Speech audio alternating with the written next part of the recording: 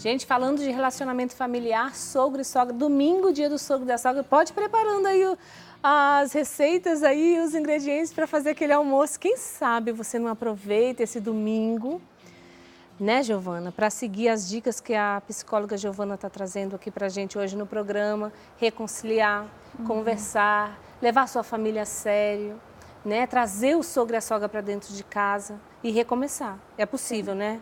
Sim, com certeza. Não é só possível, como também é necessário. Eu acredito que pouquíssimas questões não possam ser desculpadas. Então, pedir desculpa se você fez alguma coisa que possa ter chateado essa pessoa, que possa ter causado um conflito, favorecer para que a situação fique o mais saudável possível. E é sempre pela conversa. Infelizmente, não há muitas outras estratégias disponíveis sem ser o próprio diálogo mesmo. Exatamente. E aí aquela pergunta que a gente fez, o sogro e a sogra, que também é mãe, né, que é pai e mãe, precisa entender também seus limites, porque quando o filho sai ou a filha saiu de casa, não perdeu, né? Sim. Fala um pouquinho sobre isso pra gente, Giovana. As relações, elas são construídas desde sempre, desde que você descobriu a sua gestação, você já está construindo um vínculo com aquela pessoa. Muito provavelmente para esse sogro, para essa sogra, é difícil ter esse filho saindo de casa, essa filha saindo de casa. Mas é importante você ter noção de que a relação é algo que pode ser sempre construído e pode ser alterado o tempo inteiro. Então, por mais que haja dificuldade de relacionamento, por mais que haja conflitos, entender que o filho vai estar lá, que não é uma concorrência, você não está concorrendo o seu filho com a sua nora ou sua nora, enfim, não é uma competição. Vocês estão ali juntos, unidos, por uma pessoa em comum, que vocês amam em comum. Então, facilitar para que a situação não fique algo fechadinho, clichê, sabe? De ficar brigando. Tem muitas das questões, por exemplo, a imagem do sogro e da sogra normalmente são pessoas um pouco mais velhas que a gente. Então, já passaram por várias experiências que a gente não passou, experiências. Né? Também são pessoas que tiveram uma criação muito diferente da nossa, provavelmente. E compreender essas questões, não ficar com o estereótipo de que aquele sogro e aquela sogra querem te prejudicar. Tentar entender de onde que esse sogro veio, por que ele está fazendo daquela forma. O que pode ser feito para mudar aquela situação. Entender também a relação do seu cônjuge com os pais dele. O que está acontecendo para ele ter esse funcionamento. Será que ele está fazendo por maldade ou ele está fazendo isso porque ele também tem a necessidade de estar com os pais o tempo inteiro? Né? Muitas vezes é necessário, inclusive, uma terapia familiar. Se a situação estiver muito complicada, né? Às vezes é necessário familiar, não é nem terapia de casal. Vai a família inteira na sala de um profissional, óbvio que não são todos os profissionais que atendem dessa forma, mas muitas vezes é necessário um apoio extra para tirar as questões que estão incomodando a limpo, compreender o que pode ser feito e, inclusive, para não ficar com intriga sem ter necessidade. Às vezes as questões são de fácil resolução, a gente que cria problemas para elas ficarem maiores. Viu, gente? Às vezes tem solução. Vamos ver uma pergunta que chegou para a gente, então? Olha lá, a Mara de Valinhos diz assim: tive alguns problemas com meu sogro durante a vida dele. Infelizmente, ele faleceu ano passado e não tive a chance de resolver esses conflitos. Por isso, alguns problemas ainda estão presentes na minha vida. Como faço para perdoá-lo mesmo sem vida? Mesmo ele já tendo partido. Giovana. É uma situação bastante delicada, né? Porque a gente fala de uma morte. Então, a gente tem que entender tudo que aconteceu antes disso acontecer, antes da morte em si acontecer. Cada pessoa elabora o luto da sua forma particular. Então, não tem como dar uma receita de bolo que vai funcionar para todo mundo. Mas é possível você compreender as questões que estão te fazendo mal. Porque, como ela está falando, isso incomoda ela. Isso tem atrapalhado a vida dela de forma geral. Então, a primeira questão que eu faria era falar dessa questão da culpa desse ressentimento de não ter concluído a situação com esse sogro, com essa sogra. Infelizmente, fisicamente não tem como ela resolver isso. Porém, ela pode tentar entender ela teve alguma culpa realmente ou ela está formando essa culpa na cabeça dela.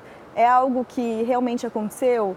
Eles brigaram e ficou sem pedir desculpas, alguma coisa desse tipo? Ela tem uma culpa real ou é uma culpa que ela pode aliviar com o tempo? A culpa está presente no luto e por isso mesmo que a gente tem que entender se é real ou se ela é uma fantasia. Porque às vezes a gente não tem o que se culpar e a gente se culpa. É verdade. Entender também essa relação, porque às vezes pode ter havido uma falta de respeito que infelizmente fica com a situação mais complicada. A gente tem uma resistência maior a resolver conflitos que tem a ver com respeito, que tem a ver com difamação, etc. Será que ela realmente queria suprir essa necessidade com o sogro dela? Então, ir conversando. E, não sei, tem algumas questões que a gente pode dizer, mas que são bastante genéricas.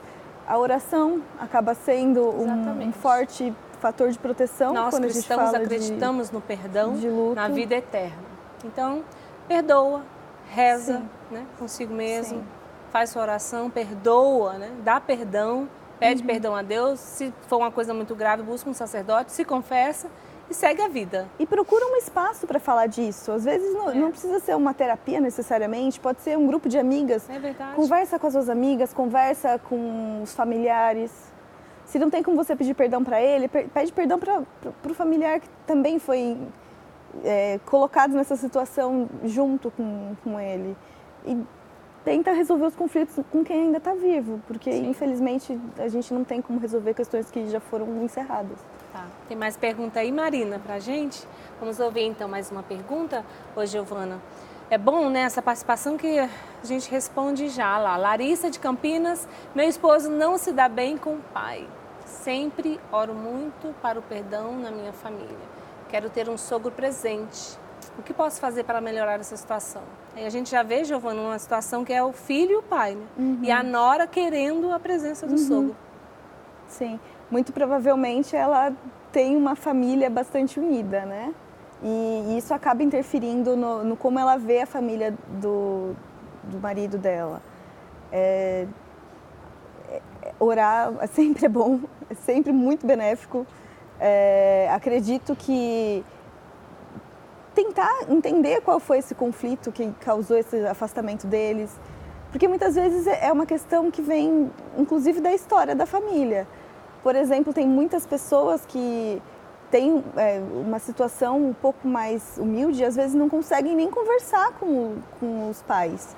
O pai, ele acaba muitas vezes tendo a figura de uma pessoa inalcançável, um ser que está um degrau acima e não é acessível para os filhos. Isso, hoje em dia, está mudando muito, graças a Deus. Mas a relação do pai com o filho também sofre essas pontuações que muitas vezes não tem a ver necessariamente com uma encrenca, tem a ver com uma cultura. E é uma cultura que pode ser mudada. É uma cultura que você pode aproximar as pessoas para se falarem entre si, marcar um almoço e ver como que eles reagem, conversar com um, conversar com o outro e tentar fazer com que os dois tenham essa relação. Se ela tem filhos, muito provavelmente isso é uma questão que incomoda, porque ela quer que o avô esteja presente na vida dos filhos também. Então é importante sempre conversar e tentar fazer um link entre esses dois. E muitas vezes é possível, são questões que podem ser mudadas. É verdade. Agora, a Rosana estava falando aqui, quando deu um intervalo, que ela trabalha em um hospital, né, Giovana? Isso. E com pessoas assim, direto com pessoas que passam por situações de luto até. E muitas dessas pessoas, na hora, comenta com ela, né, essa questão de deveria ter aproveitado mais, deveria ter conversado, deveria ter pedido perdão. Eu queria ter convivido com o meu avô. Então é uma coisa assim muito séria isso, né, Giovana? Sim. A gente tem que destacar a importância da família na vida das pessoas. A gente coloca a família como uma forte rede de apoio. E é para ela que a gente volta todas as vezes que a gente está precisando de alguma coisa. É na família que a gente encontra conforto, que a gente encontra segurança, que a gente encontra carinho, amor incondicional. Porque o mundo pode virar as costas pra gente, mas normalmente a nossa família não vai virar as costas pra gente, independente do que a gente fez. E às vezes a gente erra, a gente é ser humano. Nem Jesus Cristo agradou todo mundo, quem dirá a gente. Não é mesmo? É uma questão que a gente não pensa muito nisso. Mas as pessoas erram. E as pessoas podem pedir perdão e as pessoas podem evoluir. Exatamente. E eu acho que isso que é mais importante, aproveitar enquanto você ainda tem tempo para fazer essas questões. Resolver esses conflitos com a família, resolver esses conflitos com irmãos, não só com sogros, irmãos, filhos, pais, tios, pessoas que são especiais na sua vida. E tentar tê-las presentes com a gente, porque ainda mais por eu trabalhar com muitas pessoas que estão passando pelo processo de luto, eu vejo o quanto é importante você validar os momentos que você tem com a pessoa. Olha aí. Não só o estar junto mexendo no celular, ou vamos almoçar todos juntos, mas sentar na mesa e não conversar. Não escutar o que seu filho tem para falar, não escutar o que seu pai tem para falar. É muito importante você estar com a sua família e é ela quem vai estar com você nos momentos mais difíceis da sua vida. É verdade. Giovana, muito obrigada. Gente, está aí os conselhos da psicóloga Giovana para você que nos acompanhou. Presta atenção, estamos na quaresma, então agora é o momento favorável, né, para colocar o perdão em ação. Não adianta você também fazer tanta penitência e fazer aquilo e aquilo, e o seu coração está lá tão duro, tão empedernido ali, que você não consegue dar o perdão. Então vamos, mãos à obra, vai atrás, pede perdão, chora.